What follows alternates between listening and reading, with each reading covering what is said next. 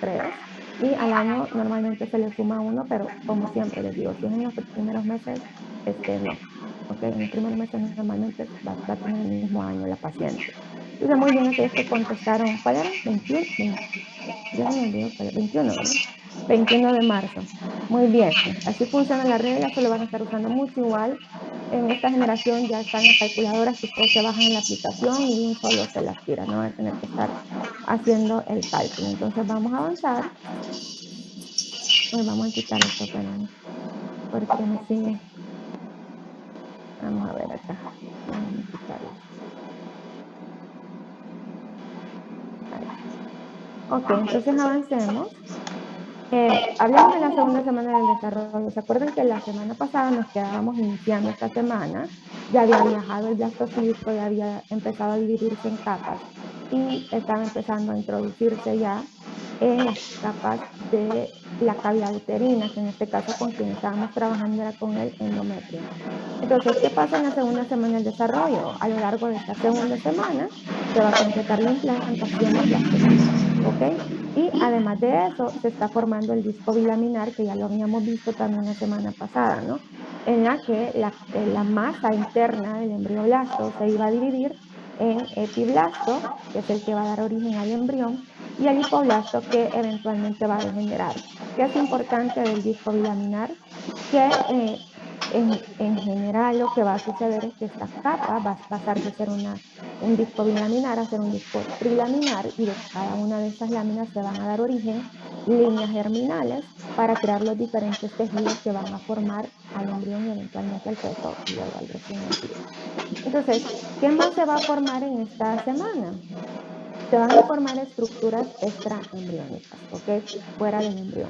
Como qué estructuras, por ejemplo, la cavidad amniótica, el amnion, la vesícula umbilical o saco vitelino, el tallo de conexión y el saco coriónico que aquí ustedes están viendo. Miren, entonces vemos cómo se va introduciendo ya el blastocisto. ¿Se acuerdan que teníamos las células del citotrofoblasto ya? Luego las del sincitotrofoblasto que se iban acumulando aquí, invadiendo realmente como un tumor. En realidad el embrión es como un tumor que va invadiendo el endometrio. Y vemos entonces el disco bilaminar, que aquí se divide en epiblasto y en hipoblasto, que es esto amarillito que ven acá. Además de eso aparecen las estructuras extraembriónicas que les menciona aquí esta parte de mi diapositiva, en la que si se fijan asociadas al epiblasto aparecen estas células súper chiquitas que vemos aquí, que son las células del amnion, que van a formar eventualmente la cavidad amniótica. Eso ahí justo donde está mi flecha. Luego vemos que aquí en esta parte, y si bien es cierto aquí todavía está como cavidad exocelómica, ya les voy a explicar cómo se forma ahorita adelante. Aquí se va a formar eventualmente la vesícula umbilical, que es esto que vemos aquí, miren. La cavidad exocelómica eventualmente va a crear este espacio que se conoce como cavidad coriónica, y si se fijan, se empieza a ver como que queda suspendido esta parte de aquí que me va a dar origen al embrión y el saco vitelino vesícula umbilical. Va a quedar suspendido dentro de la cavidad coriónica, pero va a haber una estructura llamada tallo de conexión, el que va a permitir que se mantenga adherido siempre a esta parte de acá de la vesícula, ¿ok? De la vesícula basal, que es lo que estamos viendo en esta parte. Entonces, a esta zona de aquí se le llama tallo de conexión. Lo mismo, si aquí lo vemos más de cerca, miren muchachos, vemos entonces ese disco bilaminar en donde aparece el epiblasto y por último aquí abajo las células del hipoblasto. ¿Qué es importante aquí además? Que en esta zona donde se unen, y ya vamos a ver eso más adelante, no lo tienen que saber ahorita, pero va a haber una zona en la que va a haber una fusión importante, ¿ok? Entre una capa y la otra. ¿Por qué es importante esta zona? Porque aquí se va a formar esto que se conoce como placa o platillo precordal. Y esta zona nos sirve para darle polaridad al embrión que se está formando. ¿A qué nos referimos con darle polaridad? A que vamos a hablar de, por ejemplo, la parte craneal de la parte caudal. ¿Estamos? Entonces, el platillo o la placa precordal es muy importante porque es la zona de fusión entre estos dos componentes del disco bilaminar y nos indica la zona de la futura boca. Si yo se los preguntara en la segunda semana, se establece ya la polaridad del embrión gracias a la fusión tanto del epiblasto como del hipoblasto y nos va a permitir entonces conocer la polaridad del embrión y decir, ah, aquí está la précapsia cordal, aquí se va a encontrar la futura boca del embrión, ¿ok? Vamos a ir avanzando. Todo esto lo voy a ir haciendo como por partes. Entonces, la implantación, que esta, me pueden detener, recuerden, en cualquier momento, ¿ok? Entonces, ¿qué pasa con la implantación? Implantar es como ir invadiendo. Mucha gente se ríe porque dice que inicialmente y durante todo el embarazo, el blastocisto, el embrión, el feto es un tumor que invade el cuerpo de la mujer. Lo que a veces lo usamos como de broma, es como, hay un tumor que está invadiendo. Pero en realidad no, ¿verdad? No tiene estas características y de hecho hay ciertos factores inmunológicos, inmunoprotectores, mejor dicho, ciertas proteínas que lo que buscan es evitar que el cuerpo decida rastrear estas nuevas células que se están incorporando como células extrañas, malignas, fuera de lugar y no las ataque, porque acuérdense que nuestro sistema inmune está para eso, ¿no? Entonces, no hay una activación, más bien una inactivación en este caso, del sistema inmunológico que podría atacar al proceso de implantación. Entonces, ¿qué pasa? Es el sincito trofoblasto, ¿okay? El que va a invadir inicialmente el tejido conectivo endometrial, ¿ok? Y miren, ese tejido conectivo le da soporte a las glándulas y capilares uterinos. Aquí lo que estamos viendo, si ustedes se fijan, este es el endometrio. Si se acuerdan, teníamos las capas más superficiales del endometrio, ¿cierto? La capa funcional y la capa basal. Entonces comienza a interactuar con las capas endometriales, que son estas celulitas que ven aquí, y aquí ya vemos cómo el blastocisto va invadiendo. Pero, ¿qué polo, qué parte lo va haciendo? Lo va haciendo el acúmulo de células del sincitio trofoblasto. Todo esto morado que vemos aquí es el sincitio trofoblasto. Ok, me voy a adelantar un poquito, pero ya que tengo esta imagen y me gusta, recuerden, el trofoblasto se dividió en sincitio trofoblasto y en citotrofoblasto. Ahora, ¿qué pasa? El citotrofoblasto es todo esto que vemos aquí, en la periferia, por decirlo así, y sus células van migrando a la zona de invasión y van formando una estructura como un sincitio, que es un componente de multinucleado, ¿ok? Sin límites celulares evidentes. Eso es el sincitio trofoblasto. ¿De dónde se originó? Se originó a partir de la actividad mitótica y el movimiento condensatorio del citotrofoblasto. Si se los preguntara, el origen inicial del sincitio es el sitio. Entonces, esto, disculpen que ando medio. El blastocito se introduce entonces en el endometrio, que es el que ustedes van viendo acá. Se desplazan esas células endometriales y de hecho en algunas va a haber un proceso de apoptosis. ¿Ustedes ya saben qué es apoptosis? Muerte celular. ¿De qué tipo? Programada. Muy bien, excelente. Estoy tomando café por si hoy es lunes. Entonces, mueren, ¿verdad? Van a morir. Es un proceso, acuérdense que no va a inducir una respuesta inflamatoria, es una programación. Y en este caso, esa apoptosis es una necesidad fisiológica de respuesta. No está indicando necesariamente un proceso de malignidad, sino algo más bien fisiológico. ¿Cómo se logra? Por la actividad de enzimas proteolíticas que el mismo sincitio trofoblasto va liberando. Y va invadiendo, va invadiendo, va interactuando, si ustedes se fijan, con glándulas uterinas y con los capilares endometriales, que en este caso serían parte de las arterias espirales. Ok, entonces, lo que les mencionaba la vez pasada, muchos componentes celulares aquí del tejido conectivo de la adhesiva basal se van a modificar o del endometrio más superficial. Esa modificación lo que prepara es la acumulación de glucógeno y lípidos y entonces convierte a esas células en células de la adhesiva. ¿Recuerdan? Adhesiva basal. Entonces, ¿por qué nos sirve? Porque es necesario que se dé ese proceso de modificación porque va a ser fuente de nutrición para el embrión. Y de hecho, el sincitio trofoblasto como que la va a ir absorbiendo a medida va invadiendo. ¿Preguntas hasta aquí? ¿Vamos bien? Sí, todo bien. Ok. O pueden levantar la manito como quieran. Esto ya lo mencioné. Creo que me lo voy a saltar. Es lo mismo. Miren, el citotrofoblasto es una capa celular mononucleada, mitóticamente activa, forma nuevas células del trofoblasto que aumentan el sincitio trofoblasto. Eso ya se los mencioné. Ahí se los dejo como repaso escrito. Ahora hagamos esto, vamos a Sócrates, ya se saben, o ya se les olvidó cuál es nuestro espacio en Sócrates, si se acuerdan es EmbryoMed 2021, se los voy a poner aquí otra vez, vamos a ver, ¿dónde estoy en Zoom? Ok, espérenme. ¿Qué pasa con Zoom? Déjenme un segundo que no me deja. Ustedes sí me están viendo, ¿verdad? Sí, Hola. Sí, doctora. doctora. No sé qué le pasó a mi cosa de Zoom. Denme un segundo. Ok. Se me quiere actualizar algo de mi impresora, no sé por qué. Ya lo escribí yo en el chat, doctora. Ok, espérenme. Denme un segundo. No me deja avanzar. Sí, estoy seguro que no lo quiero actualizar. Ok. Entonces, ¿ya lo están viendo? Ok, ahorita se los pongo. Entonces, vamos a ver el quiz. ¿Qué están viendo? ¿Me están viendo mi pantalla? ¿O solo las cámaras? Porque no sé, no me deja ver Zoom. Algo le pasó. Ambas cosas. Ah, ok. Espérenme. No sé qué le pasa a esto hoy. Ok, vamos a las preguntas entonces. No sé, ya lo vamos a resolver. Entonces, hagamos el primero. Creo que es este, si no me equivoco. Ok, déjenme avanzar.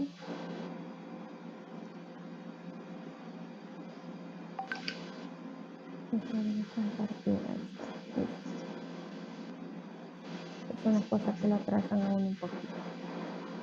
Ok, sin nombre para que no se pongan estresados y ya les va a aparecer entonces. Es una pregunta sobre prueba de embarazo y les dice que la prueba de embarazo que se realizó a la paciente, el caso anterior, consiste en la medición de qué? La paciente de la que hablábamos al inicio. Vamos a ver si comienzan a poner.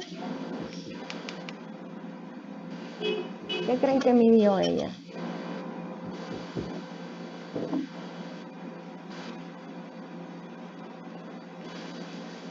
¿Están contestando? No.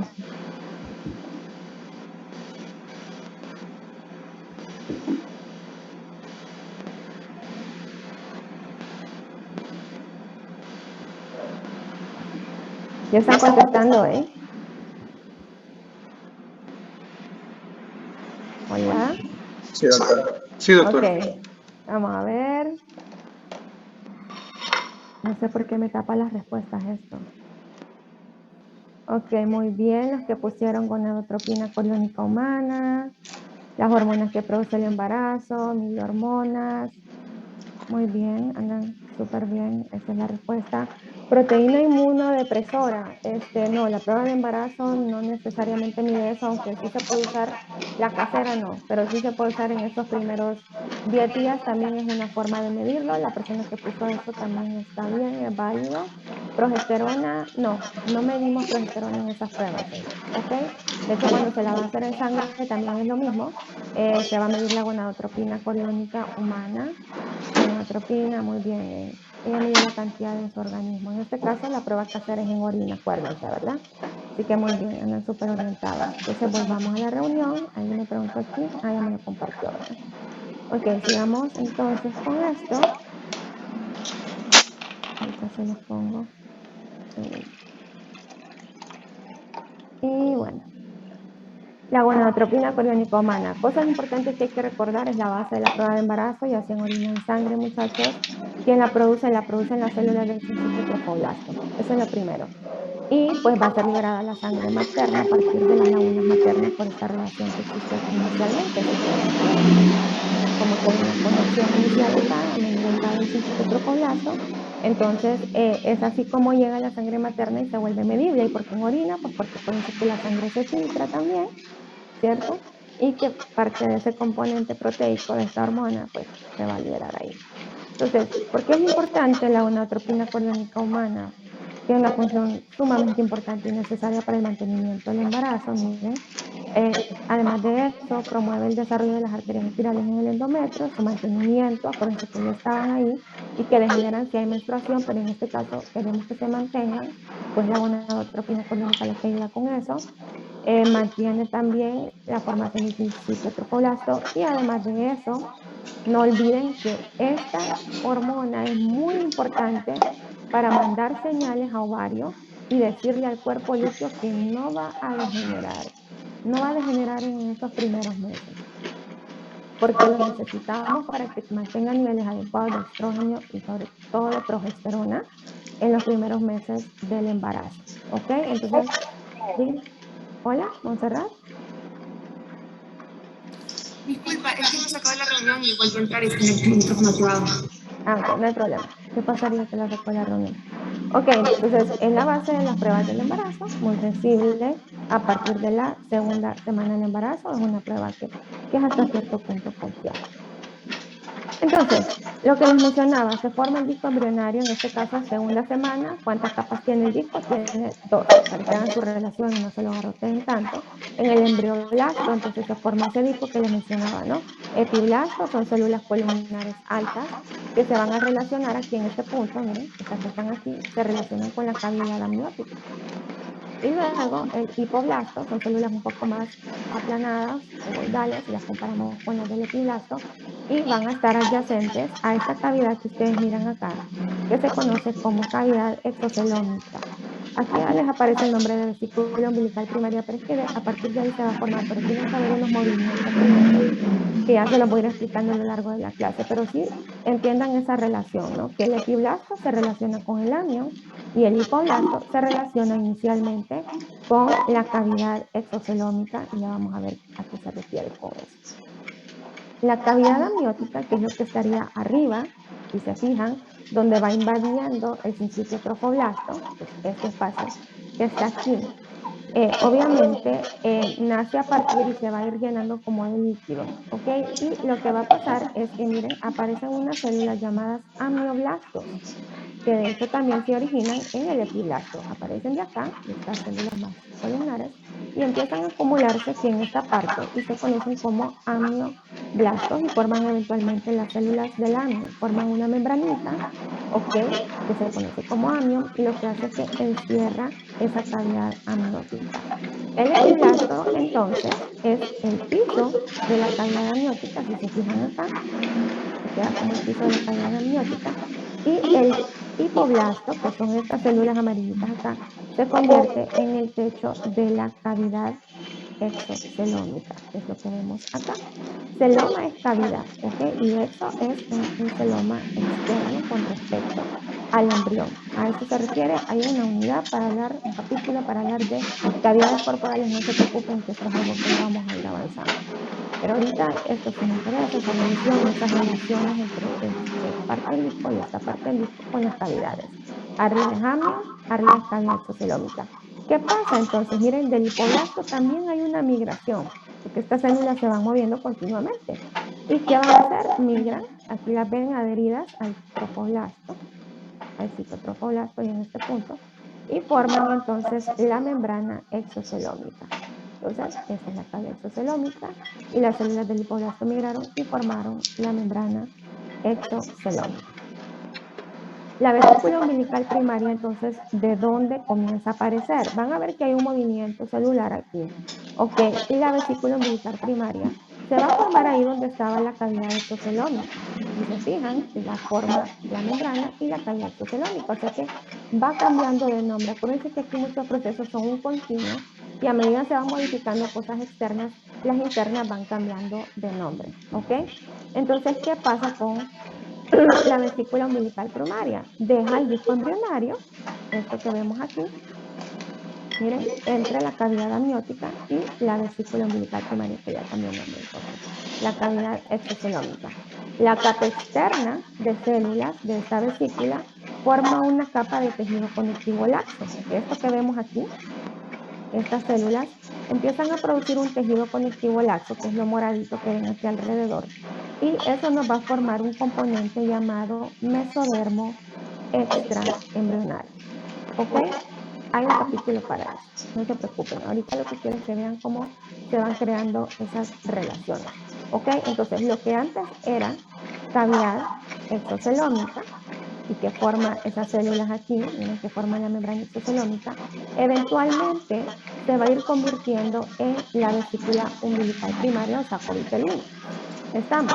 Esas células que rodean la vesícula umbilical primaria van a empezar a producir tejido conectivo bien característico y eso se va a conocer como mesodermo extraembrionario, que es lo que miran aquí asociado a la vesícula umbilical primaria.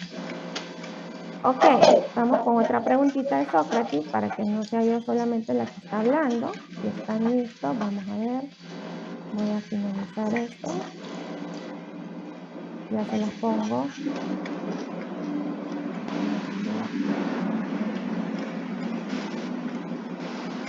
Y vamos con esta. Vamos a ver qué piensan. Doctora, Dígame. la cavidad exosendómica sería lo mismo que decir la cavidad coriónica.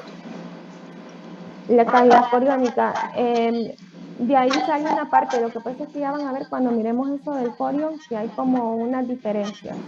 Pero ahorita no me quiero adelantar a eso. ¿Ok? Para que no se vayan a confundir. Porque hay que hacer todo lo del corión como tal y luego la cavidad, pero ahorita ya lo vamos a explicar. Entonces ahorita Ok. solo sería la amniótica y la exosendómica. Ujú. Y luego ahorita ya empieza a aparecer la vesícula umbilical primaria. ¿Ok?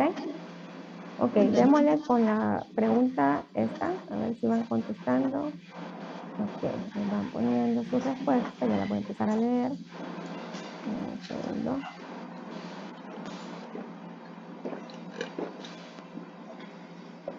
Vamos a ver qué ponen.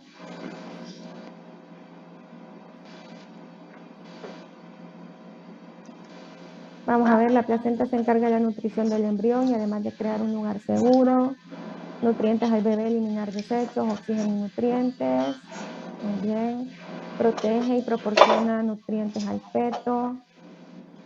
Brinda nutrientes, producción hormonal de soporte para mantener el embarazo viable y contención. Muy bien. Fuente de alimentación y circulación, fabrica hormonas para la madre. Sustentar al embrión, brindar oxígeno y nutrientes, protección y nutrición. Muy bien, ¿verdad? Súper bien orientados. También tiene que ver con la función respiratoria, como ustedes dijeron, es la llegada del oxígeno, eliminación de CO2. Tiene una acción inmunológica la placenta, no lo olviden, con el objetivo de evitar que el sistema inmune ataque al embrión. Y cuando hablan ustedes de que es una productora de hormonas, pues nos estamos refiriendo a la función endocrina que tiene la placenta. Así que andan súper bien. Entonces, aquí solo les voy a hablar un poquito de primordio de placenta, porque hay un capítulo, ahorita es como bien introductorio a muchas cosas. Entonces, si nos vamos acá, miren, déjenme poner en grande esto. Vamos a ver. Entonces, vemos las lagunas asociadas al sincito trofoblasto que está invadiendo, ¿ok? Entonces, ¿por qué son importantes esas lagunas maternas que vemos acá, si se fijan? Y que son básicamente los mismos capilares endometriales que estaban ahí en el endometrio. Aparecen en el sincitio trofoblasto, ahí es como cuando empieza a haber una coalescencia de esos capilares con el sincitio trofoblasto que empieza a asociarse a ellos, que tienen sangre materna obviamente y debris celulares y forman un líquido que se conoce como líquido enviatropo que pasa por difusión al embrión. ¿Ok? Cuando ya miremos la circulación útero-placentaria, es muy importante recordar esto. De verdad que no hay una combinación, no hay una mezcla entre la sangre materna y la sangre del embrión o del feto eventualmente. Eso ya van a ver cómo se da cuando miremos bien la estructura. Pero de entrada, sí miren cómo es que la relación se va formando a partir de esos capilares que ya estaban ahí, esas redes lacunares que originaron de las arterias del endometrio.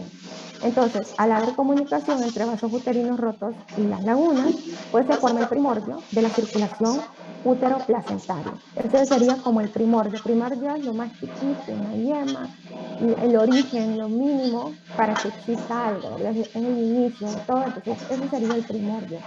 Y pues lo que lleva es sangre oxigenada vía arterias espirales y mueve sangre desoxigenada vía venas endometriales. Entonces aquí ustedes miran cómo el sincitio trofoblasto sigue invadiendo, se ven las lagunas, que es lo que miran acá, y luego se forman esas redes lacunares, básicamente.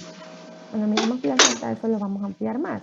Lo otro que va pasando al final de la segunda semana es que se forma este tapón de cierre que ustedes miran acá, y eso es indicativo ya de que el blastocisto o el concepto completamente, ¿no?, se introdujo ya en el endometrio. Miren, en 10 días ya está completamente inmerso en el endometrio, que es lo que ustedes miran ahí. El hecho de haber iniciado el proceso de implantación crea un defecto a nivel endometrial que obviamente va a ser cerrado por un tapón de fibrina inicialmente y después va a haber una regeneración, si ustedes se fijan acá, del mismo tejido endometrial. A medida que se implante ese concepto, miren, El tejido conectivo endometrial va a sufrir cambios y eso se conoce como reacción residual, ya lo hablamos. ¿Quién promueve esto? Sobre todo la progesterona. ¿Qué células se van a activar mucho? Ya voy, Daniel. Los fibroblastos. Acuérdense que el fibroblasto es una célula de tejido conectivo la más importante y en este caso se activa, se vuelve como fibrocito, por decirlo así, y acumula glicógeno y lípidos en el citoplasma celular. Además de eso, crea un sitio inmunológicamente privilegiado. ¿Ok? Esa es otra cosa. Vamos a ver. Dígame, Daniel. Doctora, ¿el tapón de cierre se puede observar en algún examen físico? A este punto, y esto es como súper pequeño, no.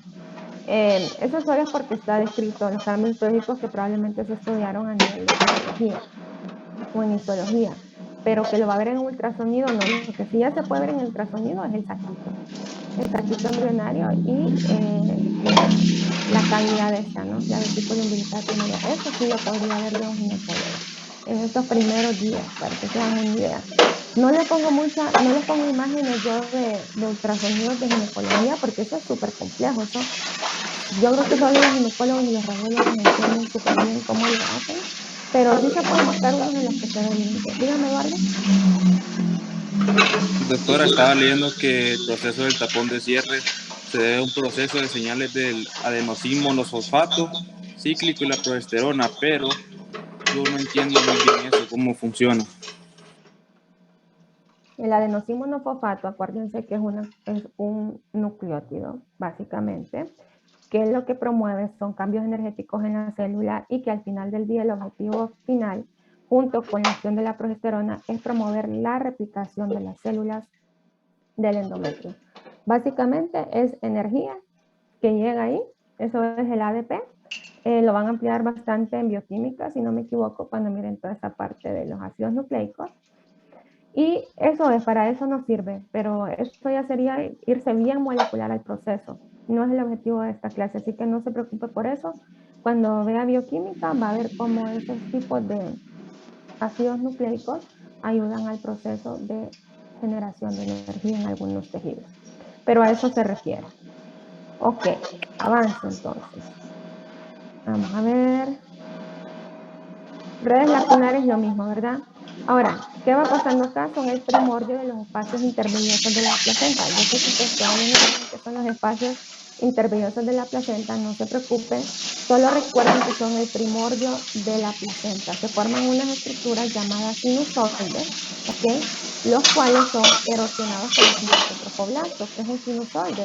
Es un vaso sanguíneo cuyo endotelio y cuya membrana basal tiene perforaciones, es como un pasconcito para que se hagan una idea, y eso permite entonces que sea una estructura un poco más frágil para poder ser invadida, porque eso es lo que va a hacer el cintotrofoblasto, y además para que permita más fácil el flujo bidireccional en este caso.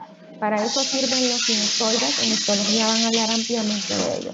Al final del día, como ustedes me lo dijeron, una de las grandes funciones en este punto, aparte de todas las demás importantes que cumplen los primordios de la placenta, es promover la nutrición del embrión por esa conexión que va creando.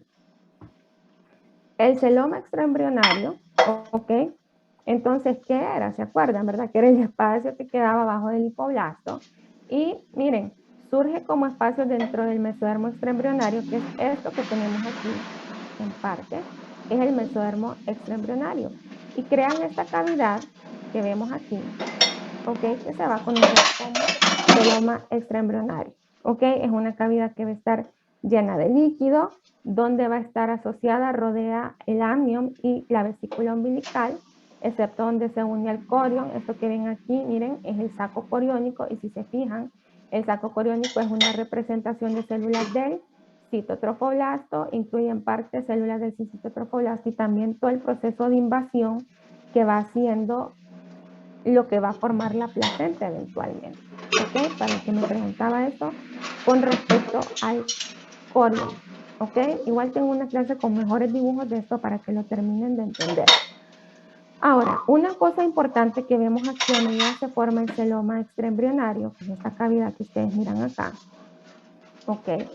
Es que empieza a aparecer, miren, lo que aquí vamos a ver dónde estaba con ese nombre. La vesícula umbilical primaria, que alguien me lo preguntó, ¿se fijan?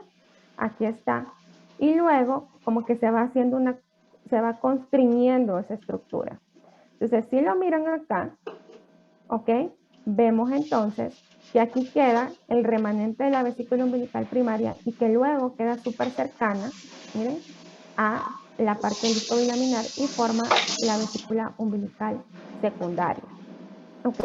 Si lo miran acá abajo, además, vemos entonces otra vez la vesícula umbilical primaria cerrándose aquí y luego va a quedar solo esto, que es la vesícula umbilical final, secundaria se le llama en su estadio tardío, y vemos entonces que el mesodermo asociado al celoma extraembrionario, que es esto es el corio, mire, que me lo preguntó, no me acuerdo quién fue el nombre, esto es el saco coriónico, ¿ok? Ese acúmulo, y pues podría ser aquí, aquí, todo eso representa el saco coriónico. Y vemos entonces la cavidad del celoma, eso significa celoma, cavidad extraembrionaria, o sea, la cavidad extraembrionaria, y vamos a ver que el tejido mesodérmico asociado externo se va a dividir en un mesodermo somático, que es este que ustedes miran aquí, y en un mesodermo esplácnico, que es el que está asociado a la vesícula umbilical. Como les digo, muchas cosas aquí solamente son introductorias. Mucho de esto lo voy a repetir en clases que siguen, así que no sé, es un poco complejo de entender. Entonces, ¿qué más? En este periodo de modificación de la vesícula umbilical primaria, disminuye su tamaño, da la vesícula umbilical secundaria, básicamente. El saco coriónico, aquí está más bonito, para que lo vean, aparecen las vellosidades coriónicas primarias. ¿Qué son las vellosidades coriónicas primarias? Entonces, como les decía, está el trofoblasto y en algunas zonas el trofoblasto va a proliferar, que es este que ustedes miran aquí. Miren, estos como mini cúmulos, y aquí están cortaditos como para que los miren mejor. Es el citotrofoblasto y hay una evolución de eso, de vellosidades primarias, secundarias, terciarias, ya lo vamos a ver, se lo voy a explicar. Pero el centro de esa vellosidad primaria es perdón, ¿ok? Que va invadiendo, crece también dentro del citotrofoblasto y que representa el primer estadio de las vellosidades coriónicas de la placenta. Entonces, ¿quién va a ser el origen de esto? O sea, de la placenta. Ya dijimos que el primordio de la relación de conexión son esas redes lacunares que se forman entre el citotrofoblasto y las arterias espirales que están en el endometrio. Ahora, eso solo es el inicio, porque después yo necesito crear esas vellosidades coriónicas que las que me van a permitir controlar lo que entra y sale hacia el embrión. Ya van a ver que es un proceso bastante complejo. Entonces, no olviden eso, ¿verdad? Cómo está representado el saco coriónico, cuándo aparece y que el inicio de esas vellosidades lo va a representar el citotrofoblasto. Ok, esto creo que ya lo había mencionado, pero lo voy a volver a decir. Ok, ¿cómo se divide el mesodermo extraembrionario? El mesodermo se va a dividir a medida que se va formando el celoma extraembrionario. Entonces ya vieron que saco coriónico no es lo mismo que celoma extraembrionario y que además hay una capa que se conoce como mesodermo, que en este caso es mesodermo extraembrionario, porque ya van a ver que también hay intraembrionario. Ok, pero en este punto entonces, ¿cómo se va formando? Por los movimientos que permite ese celoma extraembrionario. Entonces, ¿cómo lo vamos a dividir? En somático y en esplácnico. Eso es lo primero. Ya van a ver que aquí voy a hablar mucho de esos conceptos a lo largo de la clase y lo voy a explicar más adelante. ¿A qué me refiero cuando digo somático? ¿A qué me refiero cuando digo esplácnico? Entonces, ¿qué pasa con el mesodermo somático extraembrionario? Tapiza el trofoblasto, aquí lo están viendo, lo tapiza, miren, y cubre el amnion, que es esta parte que tenemos acá, ¿ok? Miren, además de eso, bueno, habla de esto, el corio forma la pared del saco coriónico, que es la continuación, esto no lo vamos a mencionar más. Y lo otro, con respecto al mesodermo esplácnico extraembrionario, que sí sería importante resaltar, no quiero pasarme del tiempo, es que con este nos referimos, y aquí aparece, miren, al mesodermo que rodea la vesícula umbilical. Entonces, de entrada, El mesodermo asociado al celómetro embrionario lo vamos a dividir en somático cuando rodea al embrión y a la amnia, y aquel que se asocia a la vesícula umbilical lo vamos a llamar mesodermo extraembrionario escleral. Esas serían la regionalización de estas estructuras. Ok, vamos a ver. Yo sé que es complejo, pero no se preocupen que estos temas yo los voy a retomar. Los puse aquí porque así me los muestra el libro, pero no se preocupen porque lo vamos a seguir analizando. Entonces, si les pregunto otra cosa aquí, vamos a ver. Última pregunta. Última pregunta, lo prometo. Vamos a ver. Está sin nombres para que no nos den pena. Y les puse un casito clínico. Paciente femenina de 22 años. Ya lo están viendo, ¿verdad? Vamos a dejar de presentar acá. Vamos a compartir lo que pongan ustedes. Paciente femenina de 22 años se presenta durante su turno. Están turnando ustedes en emergencia. Llega con dolor abdominal en la fosa ilíaca derecha. Tiene 6 horas con un dolor súper intenso, tipo cólico, no se le quita. Le evalúan ustedes, le siguen preguntando el dolor, cómo comenzó, hay una posición que lo exacerbe, hay una posición que lo inhiba. Y antes de hacer el examen físico, ustedes dicen, ok, ¿qué más le puedo preguntar a esta paciente? Y es una paciente femenina en edad fértil. ¿Qué preguntarían ustedes a esta paciente que llega con un dolor abdominal en fosa ilíaca derecha? ¿Saben ustedes cuál es la fosa ilíaca derecha, verdad? Me imagino que eso ya lo vieron en macro. Si no me preguntan, y ahorita un dibujo acá. Ya voy a ver sus respuestas. ¿Ok? Si esto es abdomen. Uy. ¿Ok? Y lo divido en 4. Cada posición. ¿Ok? Vamos a ver. Aquí ya lo divido en 4. Pero esta zona de aquí sería la fosa ilíaca derecha del abdomen. Entonces vamos a ver qué pusieron ustedes de respuesta. Están viendo su respuesta, ¿verdad? Solo me han contestado 4. ¿Cuándo fue la fecha de su última menstruación y si ha tenido relaciones sin protección? Excelente.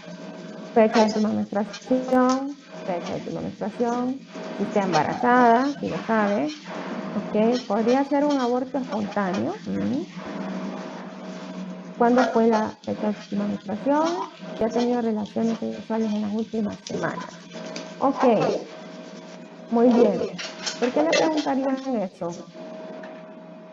¿Para descartar qué? Pensando en qué. ¿Qué otra estructura está en esta parte del abdomen que es muy importante y que causa mucho dolor también? El apendicitis. El Muy bien. apéndice. Sí, el apéndice. Muy bien, apéndices. Súper. Ok, entonces, ustedes le preguntan la fecha de última menstruación para descartar qué otra cosa.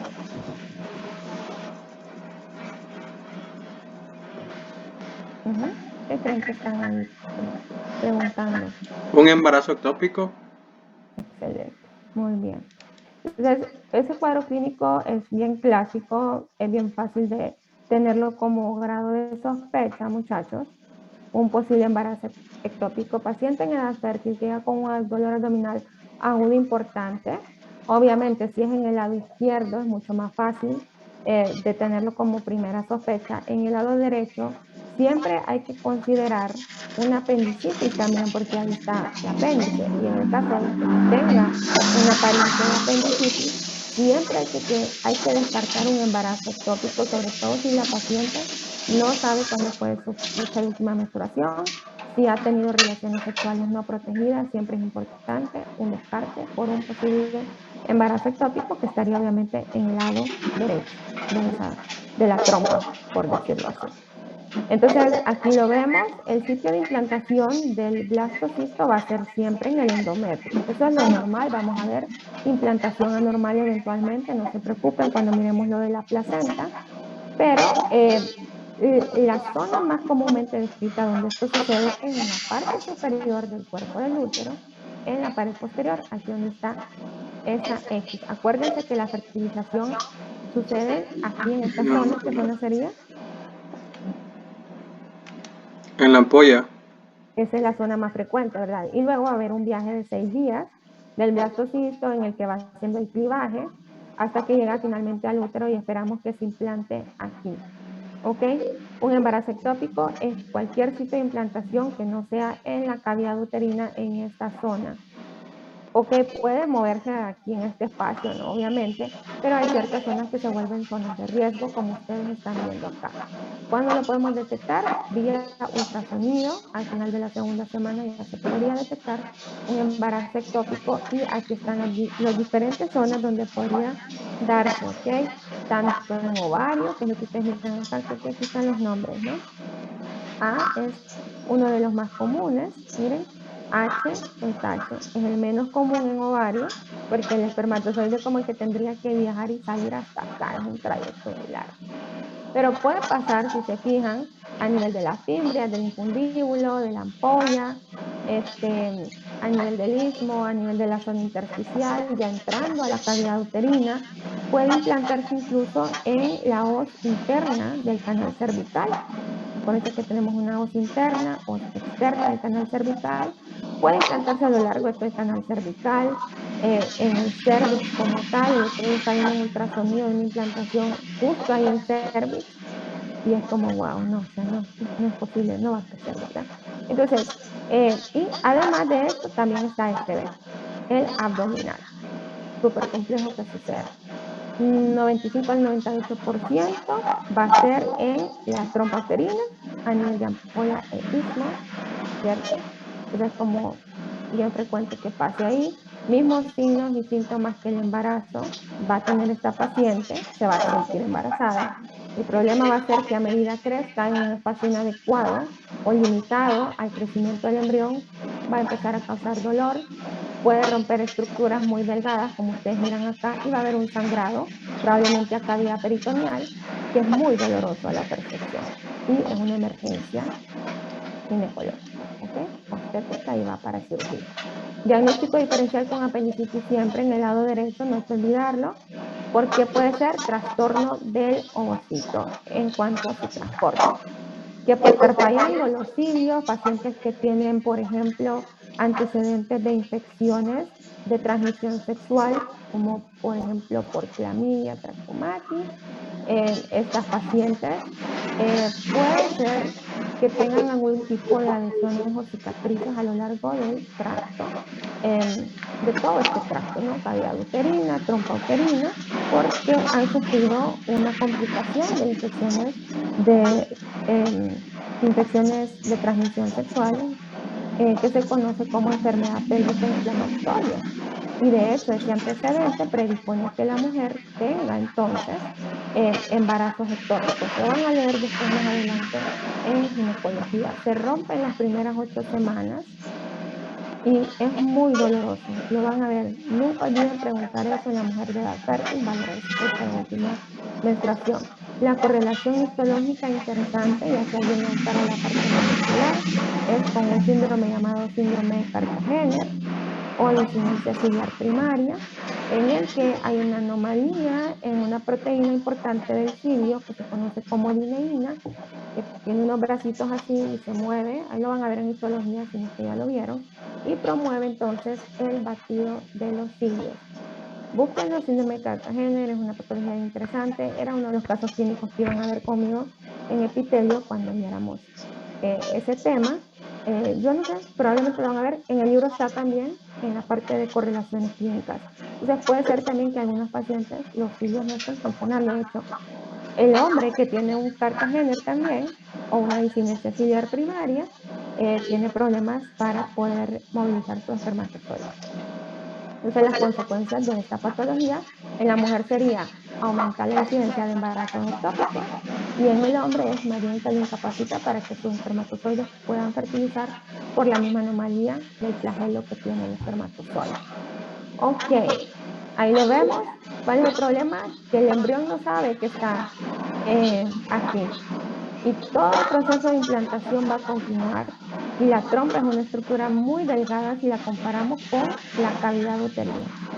Entonces, ¿qué va a pasar? Que muy pronto, en estas primeras 2 semanas, ¿okay?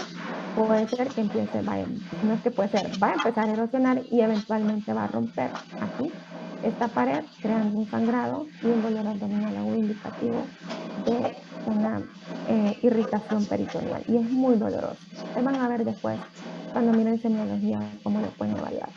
Ok, en el caso, ¿cómo le llevan a los nutrientes para que sigan creciendo? Siempre va a haber una erosión, ¿ok? Y ahí también hay vasos sanguíneos, no se preocupe. Obviamente no va a ser lo mismo que el refuerzo de irrigación que tiene aquí con aquí. Ustedes ya vieron lo súper irrigado que está el útero, ¿verdad? En todas sus capas es una estructura súper irrigada, y por eso que es tan complejo el periodo posparto, esa primera hora de oro, que así le decimos, en la que no queremos que la mujer pierda mucha sangre, y es importante que se dé la contracción uterina, es súper irrigado. Eso no significa que no va a seguir creciendo el embrión, déjenme mover esto, si se implanta en una zona alterada. Todos los tejidos tienen irrigación en este punto, ¿ok? Excepto cuando, bueno, los epitelios ya lo van a ver, obviamente no tienen vasos sanguíneos hasta allá arriba, pero el tejido conectivo que lo subyace sí, entonces todo es irrigado, sino también se modifican los epitelios. Entonces, Irma me lo preguntó, siempre se va a irrigar, ¿ok? Porque el cistitrofolesto está invadiendo y creando lagunas ahí también. Nada más que aquí no lo va a hacer con las arterias virales, lo va a hacer con otras arterias que estén ahí irrigando el ovario. Ok, ¿qué más me preguntó? No sé si tengo otra pregunta. Tengo dos Doctora, personas. Ah, que levantaron la mano. Daniel. ocupo, no sé, Ajá. Doctora, si se detecta a tiempo el embarazo ectópico, ¿hay alguna forma, ya sea quirúrgica, de reimplantarlo en la pared del útero? ¿O es un embarazo que se pierde? Se pierde, nunca he leído de eso. Cuando, no, que yo sepa, no. De hecho, al detectarse pueden utilizarse mecanismos farmacológicos para inducir obviamente la muerte del embrión y su involución, si está pequeñito, pero una vez que rompe pared y que crea una irritación peritoneal, tiene que entrar a cirugía esa paciente. Pero sinceramente yo nunca he leído que, que lo detecten, no lo he leído, no, no sé si alguien lo intentó y está escrito. No le vamos a quitar lo interesante a la pregunta, que yo no lo he leído es otra cosa. Entonces, sería súper complejo. Ustedes ya vieron cómo está organizado todo eso del cisto trofoblasto, quitarlo de ahí para llevarlo allá, súper complejo. No sé si está descrito, tendrían que buscarlo ustedes y me vienen a contar. Ok, ¿quién más levantó la mano? Eduardo. doctora, tengo una pregunta. ¿Los anticonceptivos pueden crear algún embarazo ectópico como el DIU? Se me olvidó mencionarlo, sí. De hecho, también estaba viendo uno en el que se creó un embarazo tuárico asociado a la presencia del DIU. Sí, sí, también puede pasar. Pero no necesariamente, no es la norma, o sea, que sí puede pasar. Pero también hay mujeres que implantan aquí con un DIU. Y es un embarazo que hay que estar encima, muy pendiente de ver qué evolución va a tener, porque hay muchas pacientes que van a desarrollar completamente el embarazo en calidad uterina habiendo tenido el DIU, que fue ese porcentaje de pacientes en las que falló el método anticonceptivo. ¿Ok? Pero sí, también pasa por el DIU. Y el tío se lo retiran durante el embarazo o lo dejan ahí. Ahí queda. Y sí pude presenciar embarazos en los que ahí salió el DIU después. Ujú. Pues es peligroso un embarazo de riesgo, porque es una estructura que está ahí que podría lesionar todas estas membranas, que son estructuras sumamente sensibles. Ya se imaginan a nivel celular todo esto, ¿no? Pero que sí se hace. Yo tengo un amigo, uno de mis mejores amigos nació con DIU. Y ahí está. Entonces sí puede pasar. Ok, ¿hay alguna otra pregunta? Vamos a ver qué más tengo yo. Inhibición de la implantación, miren. Vamos a ver. ¿Se acuerdan que aquel día hablábamos de la famosa píldora, verdad? Píldora el día después, ¿qué es lo que contiene? La dosis de estrógeno, también de progesterona. Utiliza, ya lo sabemos, sexo sin protección. Usualmente, cuando dice esto, pues en eso lo encontré en ese artículo, no previene la fertilización. Ya vimos que sí puede haber una prevención dependiendo el fármaco que estemos utilizando.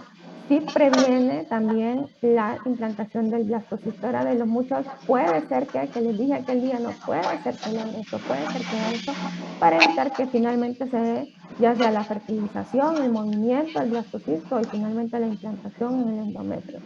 ¿ok? Pero ¿qué es lo que haría asociado al tema hoy con respecto a la implantación, el punto en el que podría actuar la píldora después?